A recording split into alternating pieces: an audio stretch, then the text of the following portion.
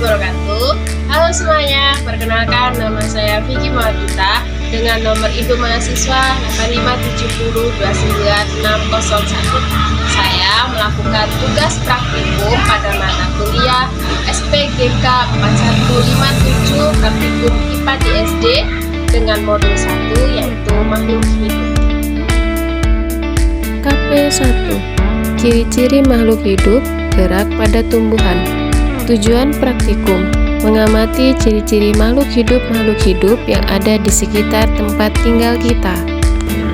Untuk alat dan bahan yang saya gunakan pada hari ini, yaitu yang pertama ada alat tulis, yang kedua ada tabel pengamatan, dan yang ketiga adalah alam sekitar yang saya jadikan objek pengamatan saya pada hari ini.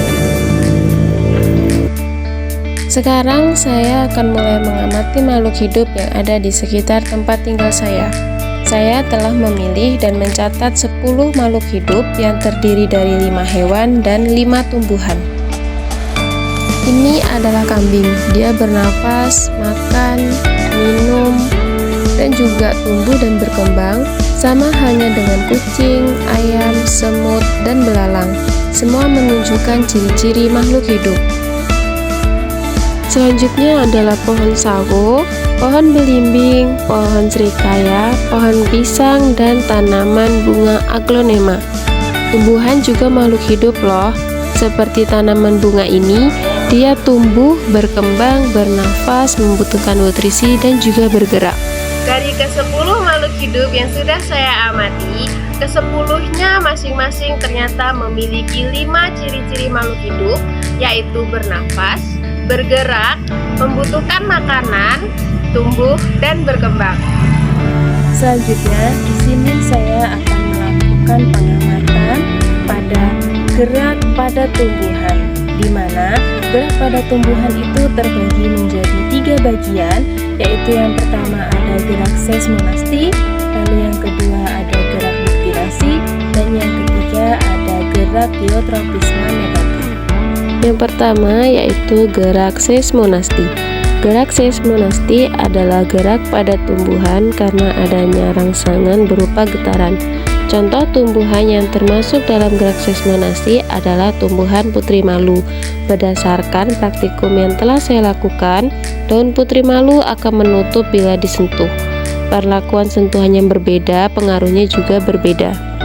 Di sini saya melakukan pengamatan dengan 3 jenis sentuhan pada daun putri malu.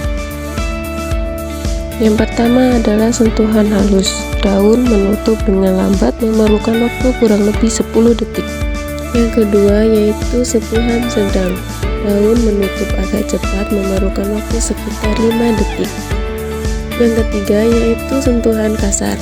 Daun menutup dengan sangat cepat, memerlukan waktu 3 detik. Yang kedua yaitu gerak niktinasi. Gerak yang disebabkan oleh rangsangan gelap atau perubahan intensitas cahaya, sehingga sering disebut juga gerak tidur pada tumbuhan. Contohnya yaitu pada tumbuhan putri malu. Di sini saya melakukan percobaan perbandingan pada tumbuhan putri malu, yaitu pengamatan pada tempat terang dan tempat yang tertutup. Untuk tempat yang tertutup, di sini saya menggunakan bantuan kardus. Langkah yang pertama yaitu menutup tumbuhan putri malu menggunakan kardus. Lalu selanjutnya membandingkannya dengan daun putri malu yang berada pada tempat terang atau terbuka. Kita bandingkan keduanya selama kurang lebih 30 menit. Dan setelah 30 menit kita akan membuka kardus. Dapat kita lihat bahwa selama 30 menit tersebut daun-daun putri malu merikuk layu.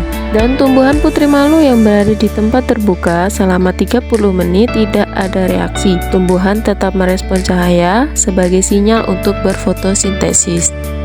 Yang ketiga, gerak geotropisme negatif, yaitu gerak bagian tumbuhan karena pengaruh gravitasi bumi. Misal, gerakan akar menuju tanah. Jika arah geraknya menjauh rangsangan, maka disebut gerak geotropisme negatif. Untuk melakukan penelitian pada gerak geotropisme negatif, di sini alat dan bahannya yang sudah saya siapkan yaitu yang pertama ada tanah,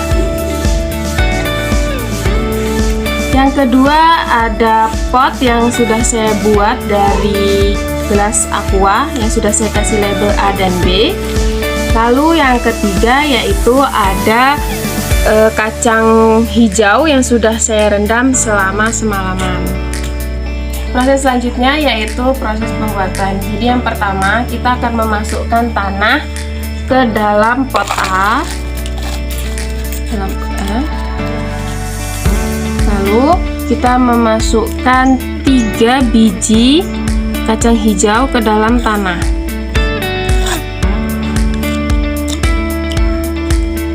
Lalu selanjutnya pada pot B, kita akan memasukkan tanah ke dalam pot B. Lalu kita masukkan 3 biji kacang hijau ke dalam potnya. Untuk selanjutnya adalah proses penyimpanan. Di sini saya akan menyimpan kedua pot ini dengan keadaan yang berbeda atau dengan posisi yang berbeda. Yaitu pot A saya simpan dalam posisi vertikal dan yang pot B saya simpan secara horizontal. Baiklah, ini adalah hasil dari saya menanam kacang hijau selama 7 hari. Di sini yang pertama yaitu pada pot A.